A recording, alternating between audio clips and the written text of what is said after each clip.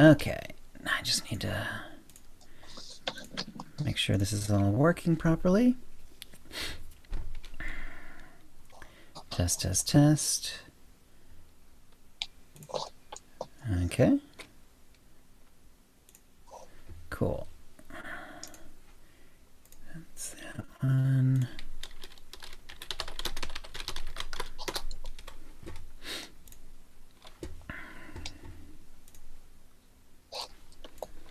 Alrighty. God damn it. Alright.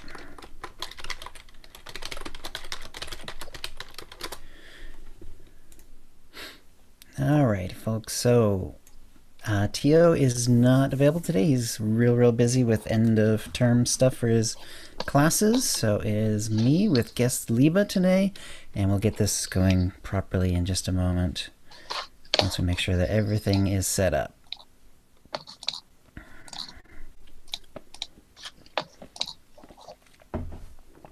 Okay.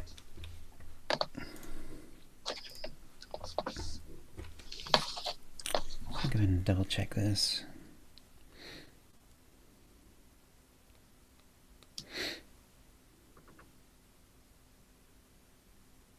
Okay. Yep. All right. Looks like we're good. And Liba, did you need anything else before we get going? No, I'm good. All right. I don't see any reason not to get going. This is the raw version of the show, and then the edited version will come out as a podcast tomorrow. Hey, Fee. And as I mentioned earlier, Tio's not available today. He is super busy with end of class business, so it's myself with Liba Roja, and we'll get this going in just, well, I'll go in 5.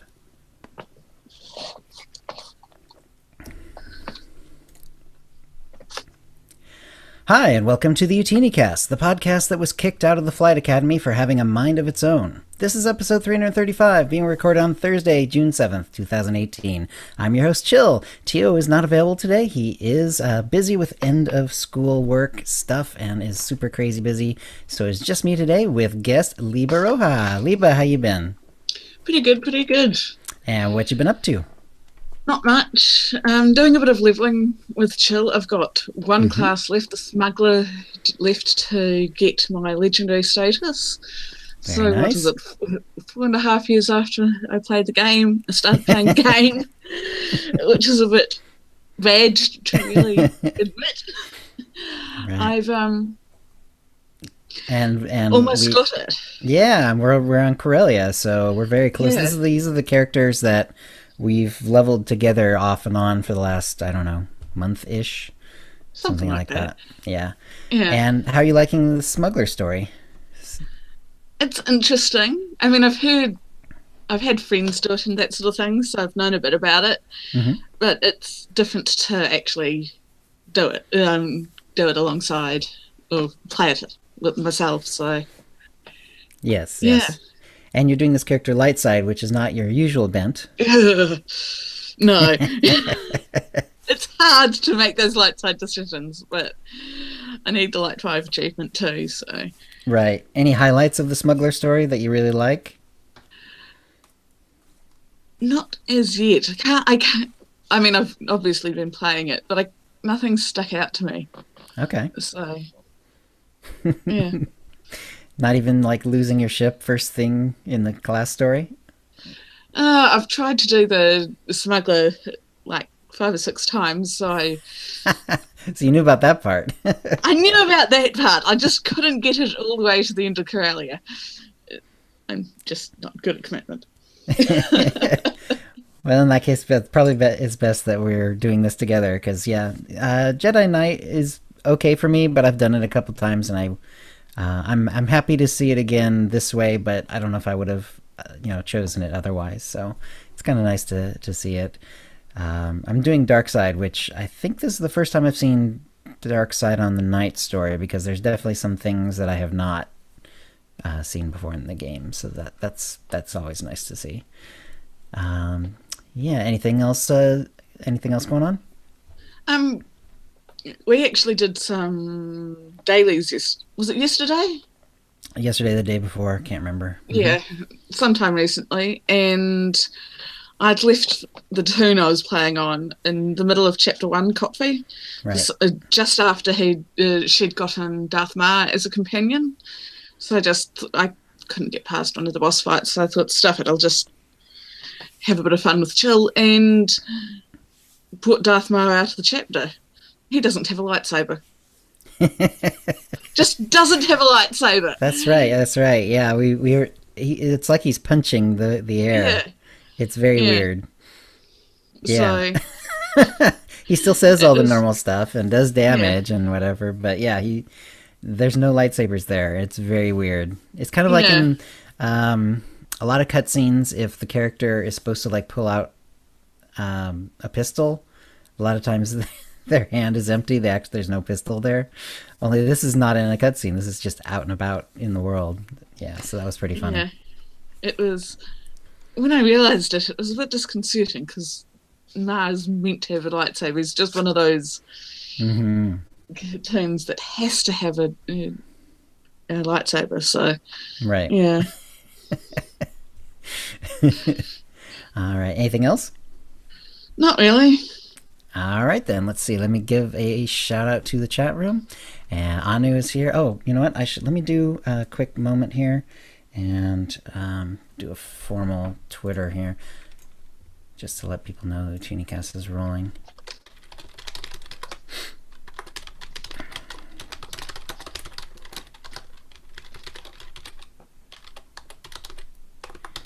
There we go.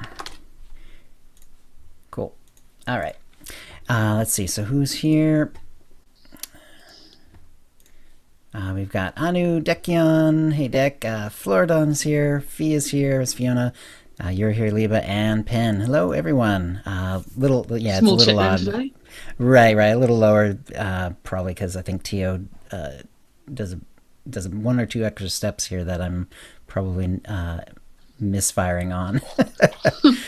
You know, when one person does something 334 times and then one other person does it once, you know, it's not quite close. That's pretty close to the real numbers, though. Yeah, I'm not gonna get it perfect, but so thank you for everyone who is here. And let's see, what did I do? I got Chill Strike. Gosh, all the way through the story, like, you know, including Iocath, including the Traders trilogy, all that stuff, and then beyond that, I'm actually leveling or gearing her up, and kind of enjoying that process. I'm into the tier 2 boxes, and it's been a lot of fun actually. Had sort of a big PvP night that was really fun. Snave ended up hosting the stream, and so a lot of extra people came, which was great. And yeah, it's just I'm really enjoying the spec still, which is kind of nice because I wasn't necessarily expecting that this would be a character that I would want to hang on to. But it's just been a lot of fun. So she's already over like I said, over level 100 in CXP. I've gotten several things, you know, other sort of tertiary things done with her. And I sort of worked on the smuggler a bit, but not really much. And then, of course, did the leveling of the knight alongside you, Liba, on your smuggler. And we left in Axial Park on Corellia, so we're really, really close on that one, at least from the class story point of view. And yeah, it's been a heck of a lot of fun. I'm definitely going to be doing more PvP too. Not only that one night, but I've done a couple of other dailies on her, and it's just been really interesting. So and actually looks like there's going to be quite a bit of PvP changes coming up. That'll be coming up in the news. I also, in other Star Wars related news, finished the Audible version of Star Wars from a Certain Point of View, and I had started it last episode when I was just a tiny bit ways into it. And at that point, I was comparing it to like the old Tales from Jabba's Palace and stuff like that from the EU.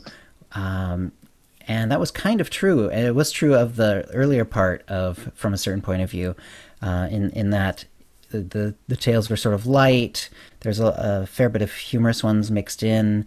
Lore-wise, it wasn't very important, that sort of thing. But as it goes through, they started doing tales from the point of view of more important characters, and so it becomes much more lore heavy, which is kind of interesting because I wasn't actually expecting that. I was just expecting kind of these light, kind of frothy stories all the way through, and then all of a sudden it started changing, and you get you get a Tarkin story and you get a Yoda story, which was, to me, that was kind of like, oh yeah, nice, because the original movie, no one ever heard of Yoda because Empire hadn't come out yet. But now that Empire's out and all the later movies, we know a lot more about Yoda. So it was interesting to sort of see what Yoda was knowing and learning and thinking about during this period of time. Did they even mention what species Yoda is? I Is that don't think still a so. mystery? As far as I know, that's still a mystery. Yeah, I think that's still a mystery. I didn't notice it. Uh, there was a good Biggs story from Biggs' point of view, and then one other one that I thought was really cool was this poem written by Palpatine, which was very good. A lot of Sithy dark side stuff, and it was written in rhyming couplets, which was very nice. There's also, and then and so it gets kind of more and more serious, and then right at the end there's this like really fluffy funny bit, like crazy over the top, just goofy, where, where like the person who is supposedly writing the Journal of the Wills, but is actually also writing the scrolls from the start of the movies, is like writing, and like someone else is critiquing that person. It's like this crazy meta weird fun story bit where they're also making fun of like the fact that episode 4 comes first and everything else. So yeah, good stuff. That was really funny to have at the end. Also, let's see what else was sort of interesting was the garbage monster, the masher monster. There was a story from that creature's point of view. That was interesting. And yeah, and just a lot of really good stuff. There was one of the short stories was written and then also read by, oh, I didn't look up his name. It's the guy who actually wrote Last Shot, the Han and Lando novel, and it had very much his same style that he had in that novel. So that was kind of cool to see that the author like has this voice that he's actually able to keep inside the Star Wars novels, and now the short story as well. Because what tends to happen with a lot of these stories that are written for these big companies, they tend to get kind of blanded out a little bit, and the voice of the author is there, but tends to get a little squashed, but not so for him. So that was really cool too. Yeah, so I actually really enjoyed it. Like, if it had just been frothy and fun all the way through, I would have been okay with that. But then it kind of got more heavy and serious and lore heavy towards the end, and I really dug it. It's like one of the more interesting Star Wars novels that I've read and or listened to for quite some time. So I really like that a lot. Recommended, definitely. So, all right, that's what I've been up to. And we'll go on to the tip of the week. And we've got 2 of them this time. The first tip is from Dekion, and Dekion writes, "Greetings, OotiniCast. My tip this week is to make it easier to know when those pesky command boosts and stims run out, so you know when to activate a new one. Star Parse is not only a great tool to measure your output and help visualize the effectiveness of your abilities, it also has a terrific custom timer too. Open Star Parse and click File Settings, then navigate to the Timers tab. This is where you can create a new timer for about any ability or effect in the game. For this example, name your new timer Command Boost. Select Effect Lost in the Trigger On drop-down menu. Select You as the source and target.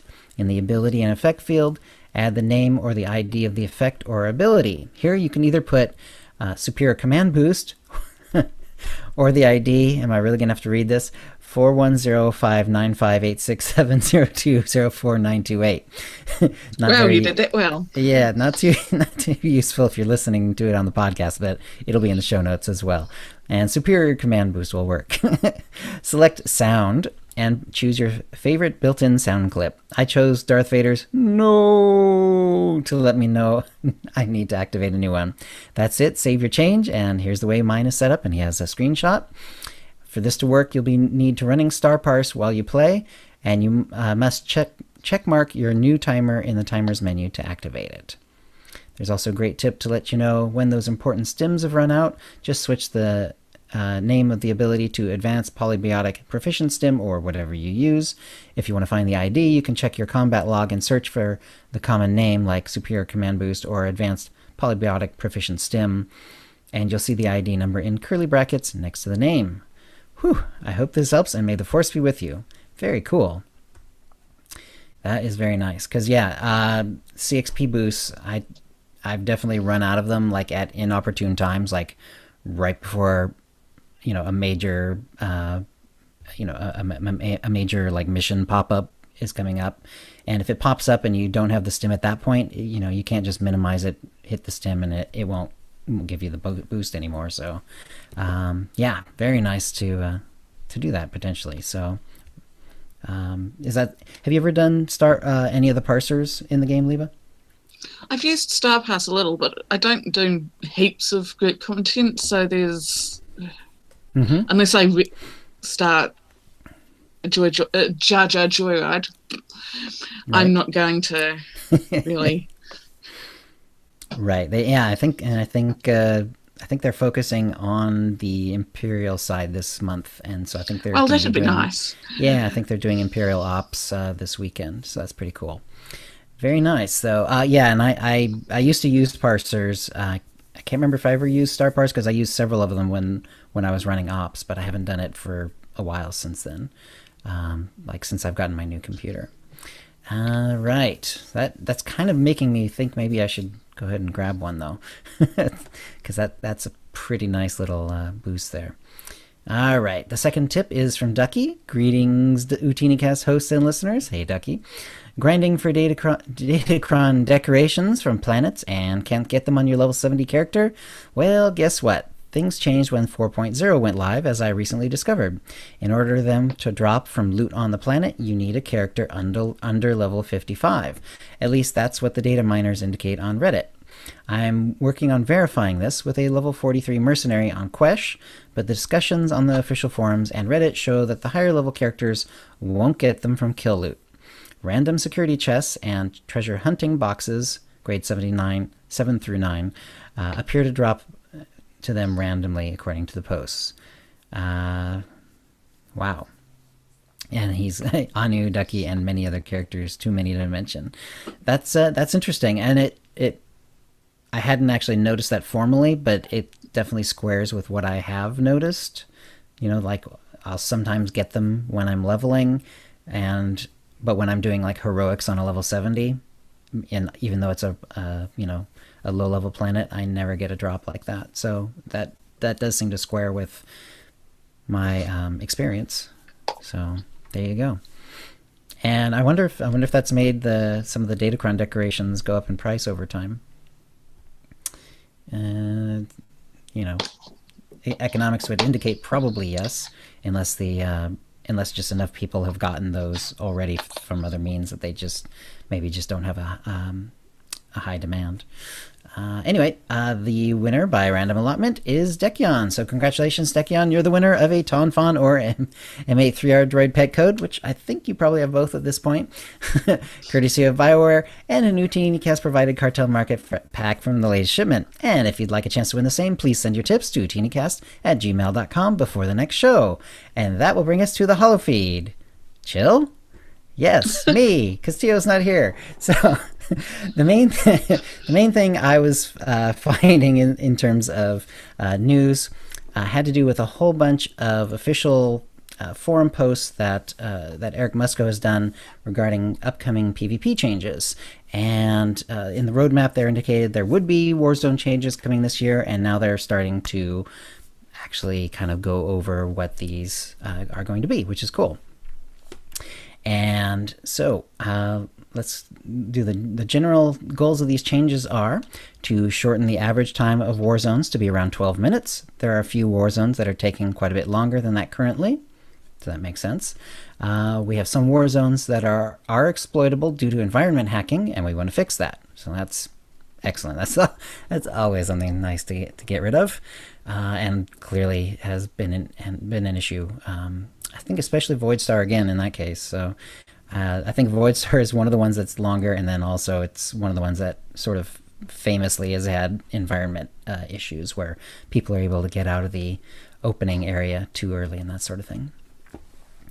All right, Void Star changes. Speaking of, we want to give the offense a much better chance of completing the objectives.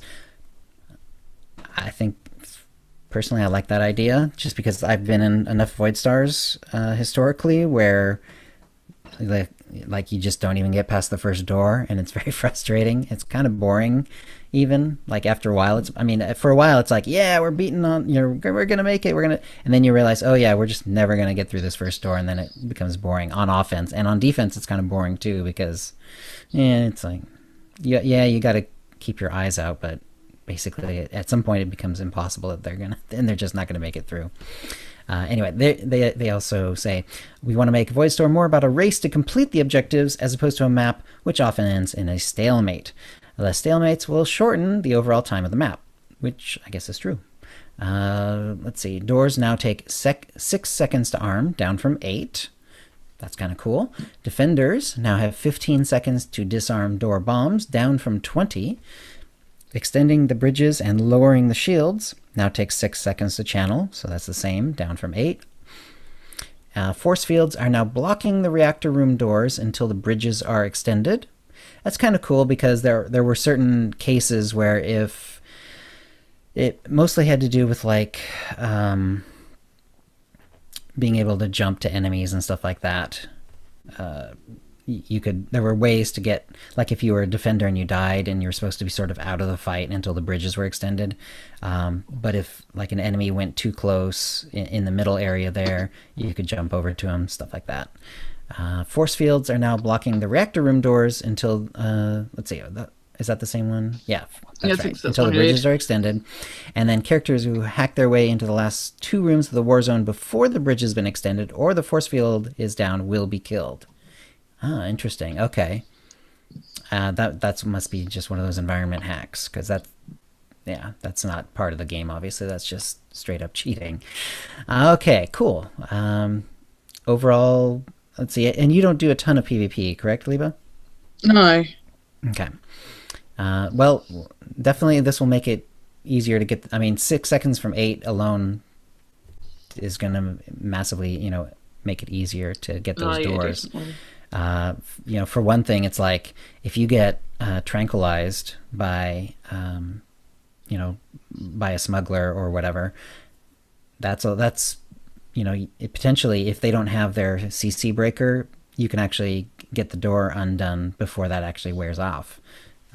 Where that was pretty impossible to do in one go before. It's like it was very tricky to do otherwise. So. And then 15 seconds instead of 20 is kind of big too. I don't know. The only thing about that is it always feels like it's almost impossible to disarm the bombs anyway. I mean, it takes very little to stop the cast. It's, AoE will do it. And yeah, but I mean, at least it's 15 seconds of frustration instead of 20, I guess. I don't know. That's obviously not really related to that particular frustration I have with the door bombs, but at least at least it'll be 5 seconds shorter. So yeah, that'll definitely make it go faster, and that definitely means more teams will be getting to the end. So that's kind of cool.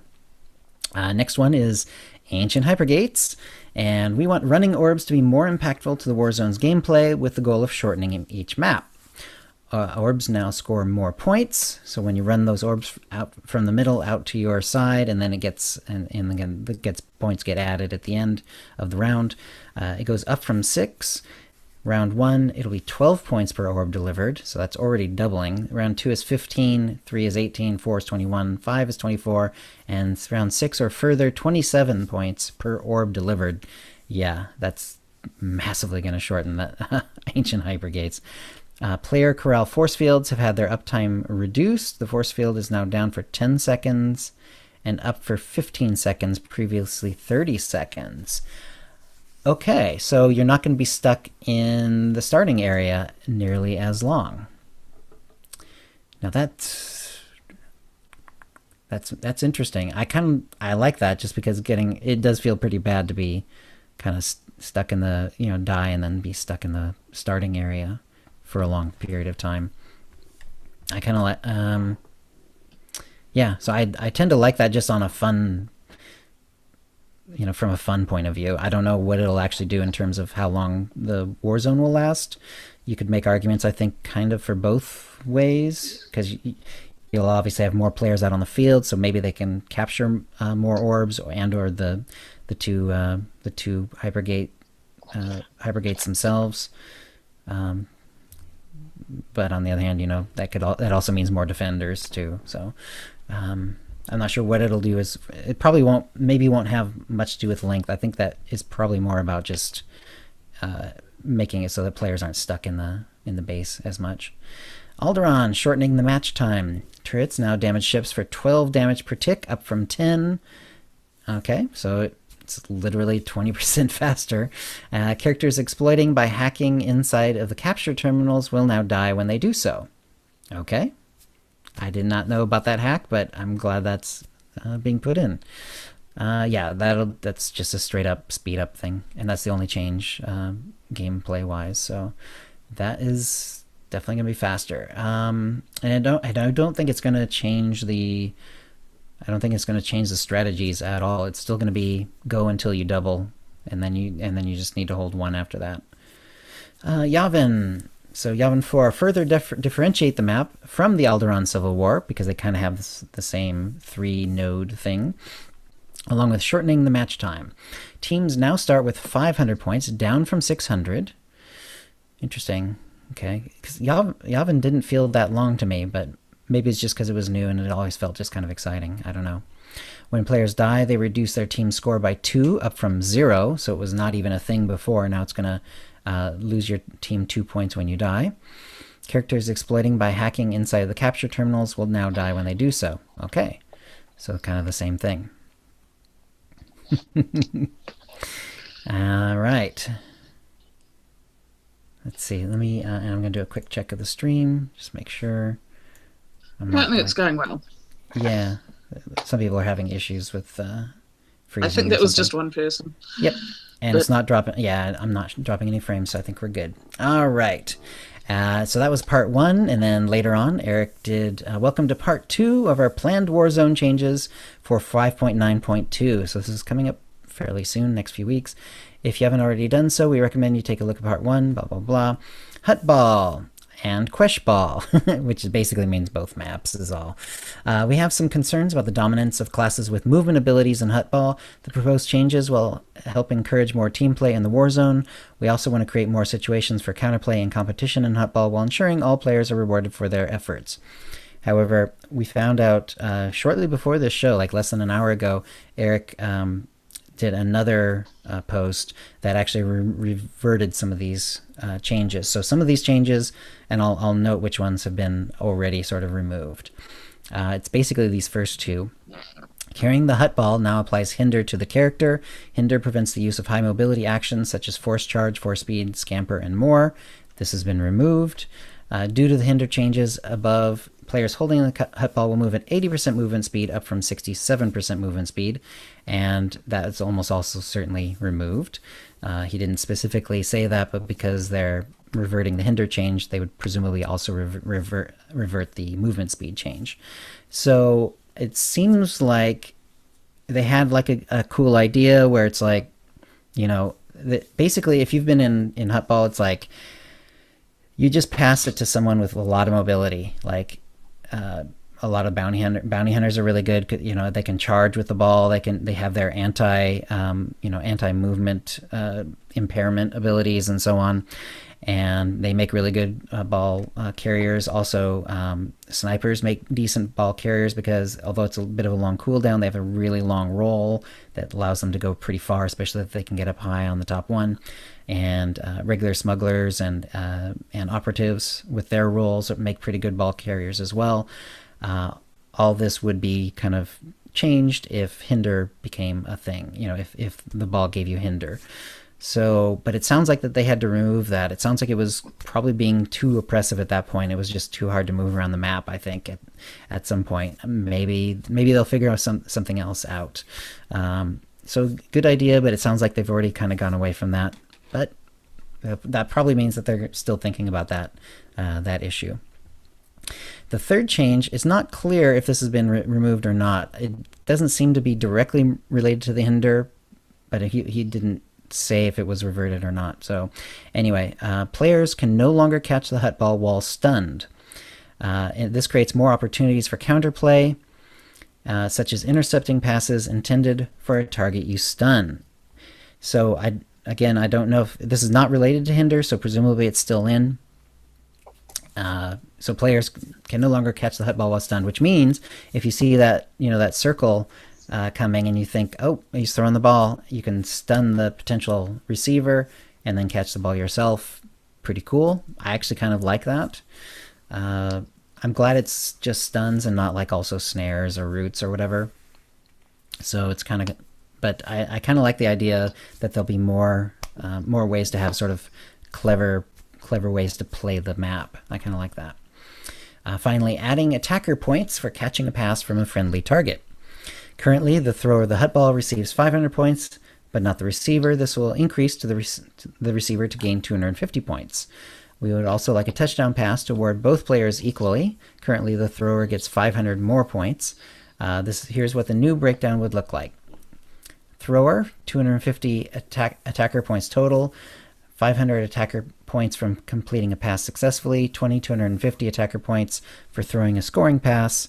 Receiver, 2,750 attacker points total, 250 attacker points from receiving a friendly pass, 2,500 attacker points for possessing the ball for a score. We know these changes will be pretty substantial in affecting how you play hut ball. Before we make these adjustments, we want to know your thoughts, blah, blah, blah, blah. And then they did in fact look at the feedback and revert the hinder change. The points are simply about the points that you get at the end. It has nothing to do with whether your team wins or not. So I don't think that'll affect gameplay that much. But it'll be kind of nice for the players who are playing the game well and making passes and so on. And let me get a little water here. Arenas. There are quite a few places where players can exploit to prevent themselves from dying. We plan to address them and implement ways to penalize those players. Additionally, we wanted to take another look at how the acid mechanics work at the end of arena matches to see if we can improve that experience for stalemates. Here are our thoughts. Characters who hack their way into places they shouldn't be, such as outside the arena or inside the ground, will die. That sounds good, reasonable to me. Currently, and this is the way it plays out now, and acid is really, really aggressive. It really ends a match fast, especially once it's completed and it's in the circle in the middle. Currently, acid causes characters to take 10% of their max health in damage every second. It also prevents stealth and it prevents all healing. It's a true game ender. It's like it tends to also make things like if you can push other players into the acid earlier with various push abilities, or even just roots and then run away to while the acid overtakes them. So CC becomes incredibly powerful when the acid comes out. They're changing it a little bit so that it'll still be aggressive and it'll still end the match, but it won't happen as quickly. Acid will now work as follows. Characters will now take 1% of their max health in damage every second and reduce all healing done or received by 2% per stack. And he later clarified that the 1% of max health is just 1% of max health per second. The healing reduction of 2% per stack is the one that stacks. So 1% is just flat, but it's every second. And then the healing done or received goes down by 2% per stack.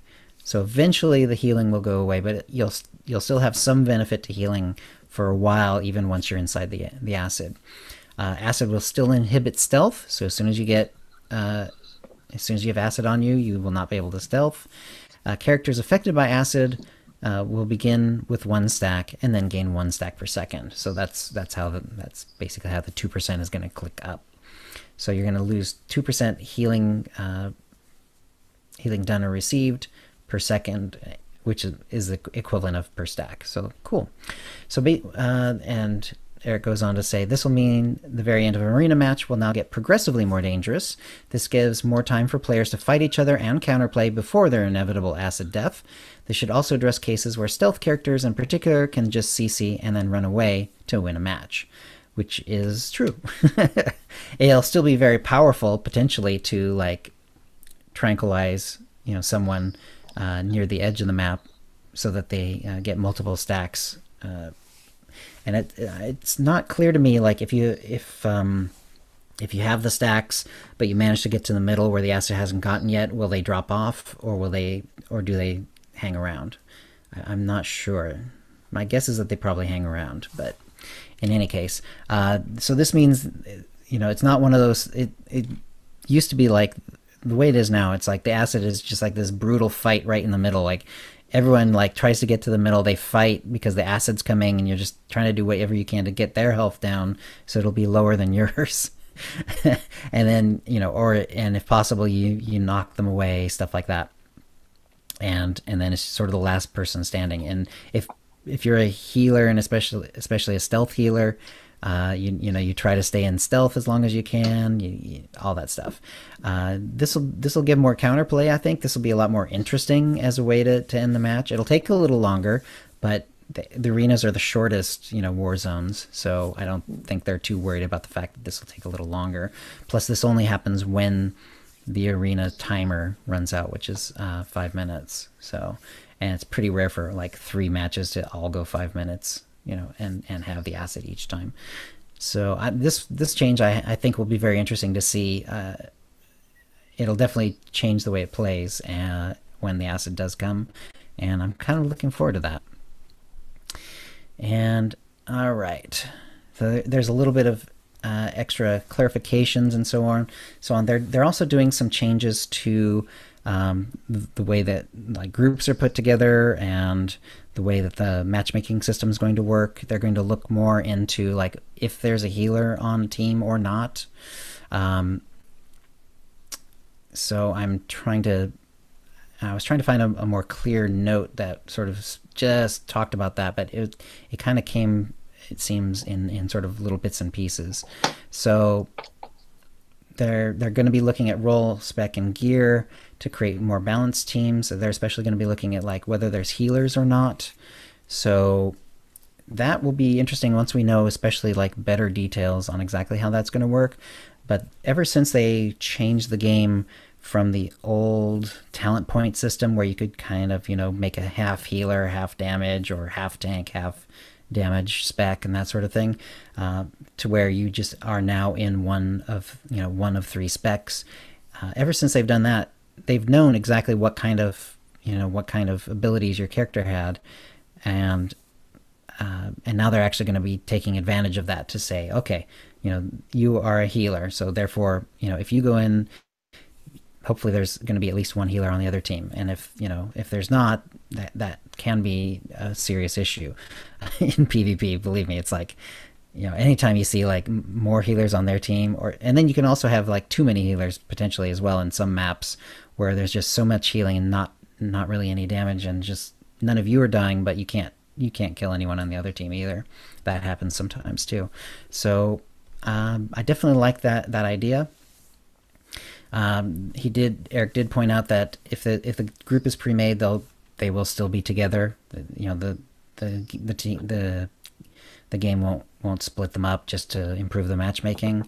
But it will look at it'll look at that match-made group still and just try to find other players that will match them well. So a lot of really good changes. And interesting that they had to already revert the hinder change on the hut ball, but and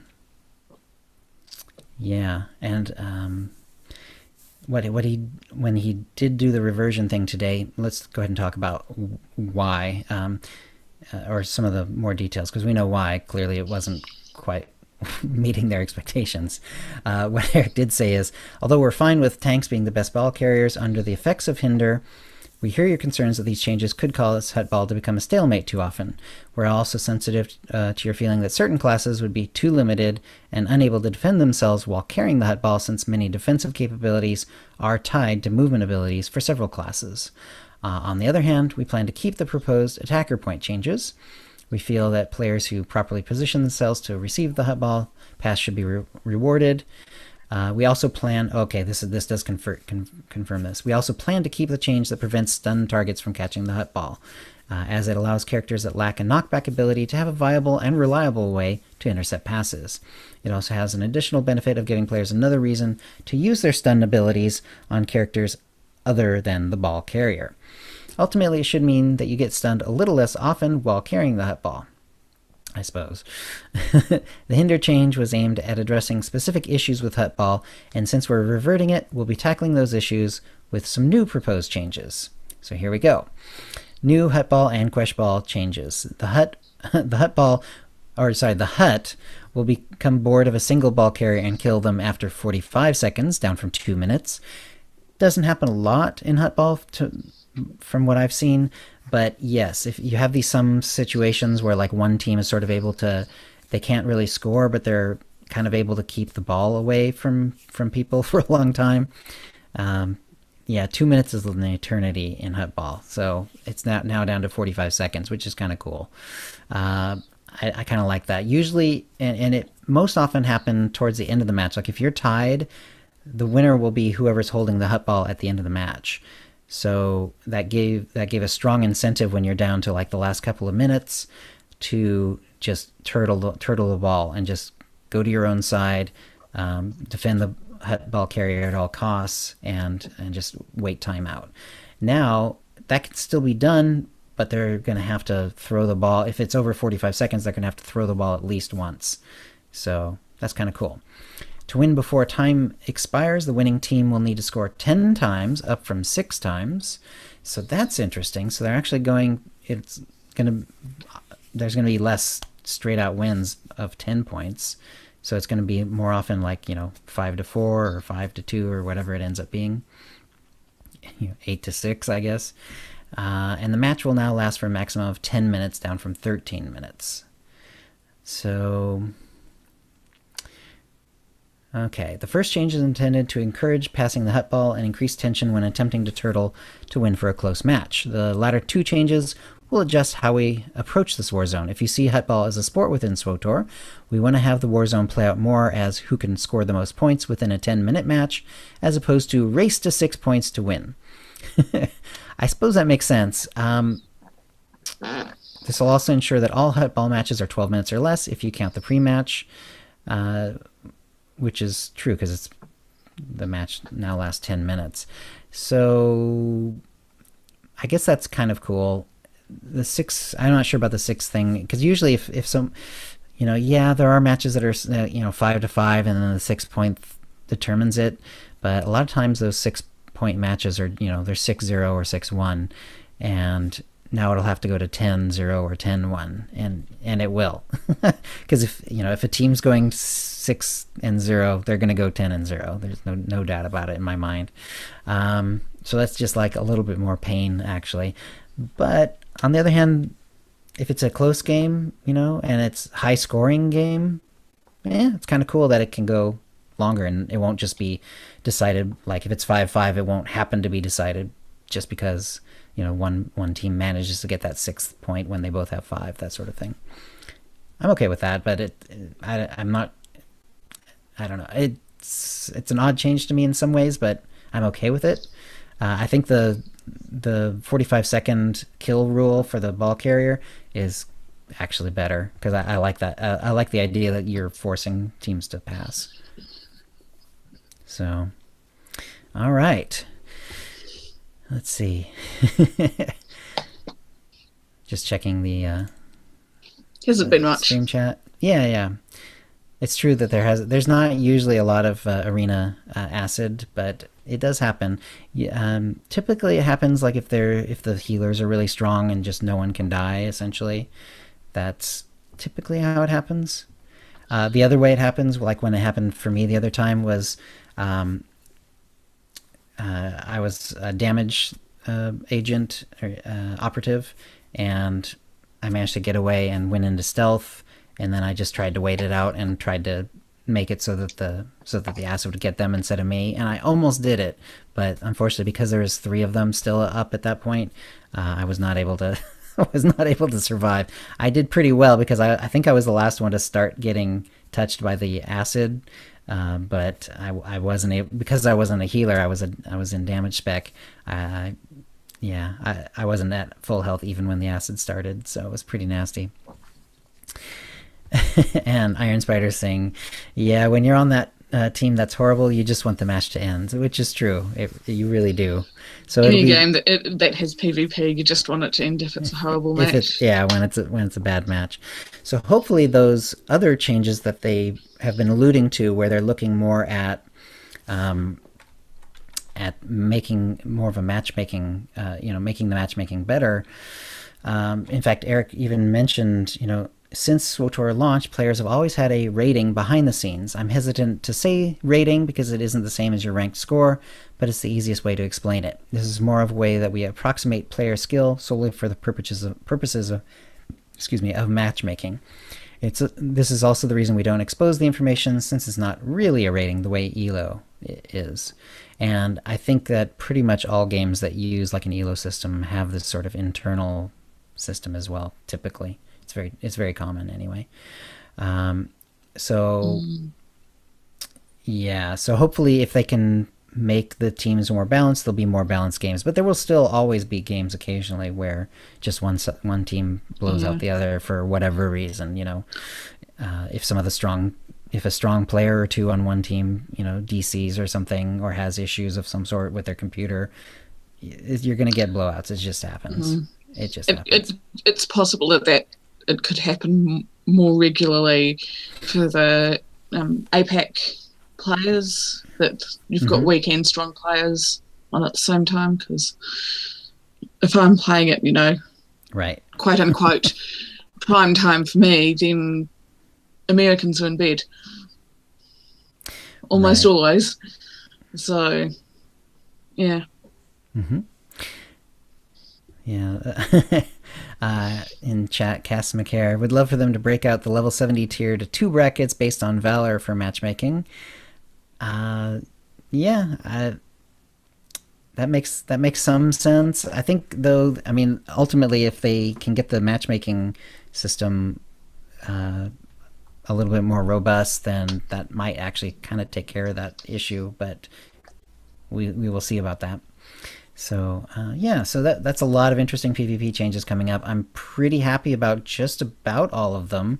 Don't really care about the Hutball scoring thing, and I'm glad they're still thinking about ways to change Hutball, and I'm okay with some of the later changes that they made, where the 45-second rule and so on. So, and most of the other changes seem to make sense to me as well, like the extra points of orbs in and that sort of thing, where it's just mostly to shorten and keep them quicker. It's kind of nice because when you get an arena, it's usually very quick, and often it can be like 5 minutes and you can be done, because one side will just blow out the other twice or whatever, or or you just have really brutal matches where everyone dies really fast. It just goes really quick, or your matchmaking just doesn't work for you. Yeah, and if I get arenas and I know I'm going to be on the losing team, right, 99 times out of 100.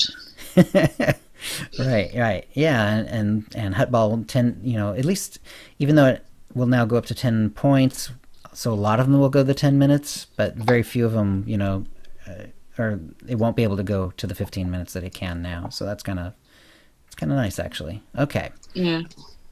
All right. So I'm overall pretty happy with that. I think just the fact that it'll go a lot quicker for some of the longer ones is probably a good thing. So, all right, we'll go to the force feedback where we read out your tweets and emails. And Dekian wrote in, Utini Knights has finally joined the 1,000,000-point club for conquest. Wow. Invading Nar Shaddaa, and we 1,009,790 points. Very nice, very nice. And seventh place, not bad, not bad at all. Congratulations. Was that last week's conquest, or was that a I fortnight, think I the want to one say it before it? was. Yeah, I want to say it was. I'm not Mm. 100% sure. Um, yeah, I think that's right.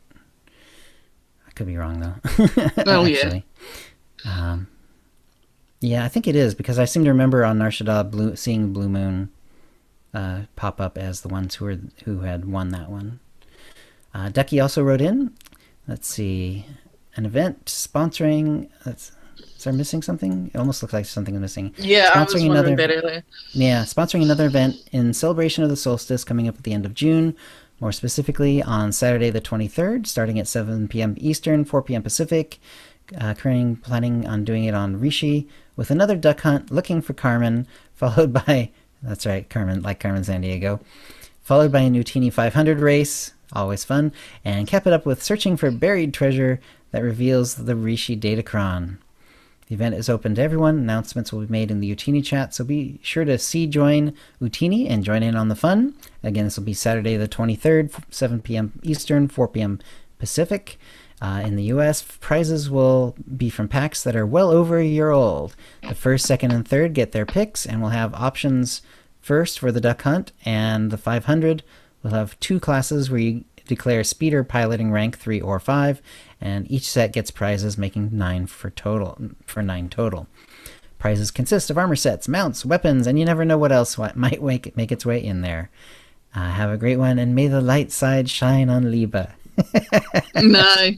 I was just looking at my picture on the stream earlier, and I'm light for a reason. Light side and I don't go together.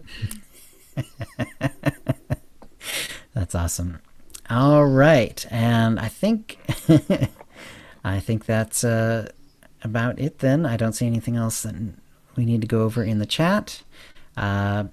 And I believe Tio should be back next week. That is the plan. And so, yeah. So, if you'd like to play with us in the Utini Knights Guild on the Republic side of the Satil Shan server, or in our Guild on the Empire side, do a /c join Utini to join the Utini channel. Then let us know you're a fan of the show. You can email questions and comments about the show to utinicast@gmail.com. Follow us on Twitter using @utinicast. You can find contact details for all of us on our website, utinicast.com, which includes how to subscribe to us using iTunes, Stitcher, and the rest. We record the show live, bi-weekly on Thursdays at 4 p.m. Pacific. Go to utinicast.com/live to find out how to join in.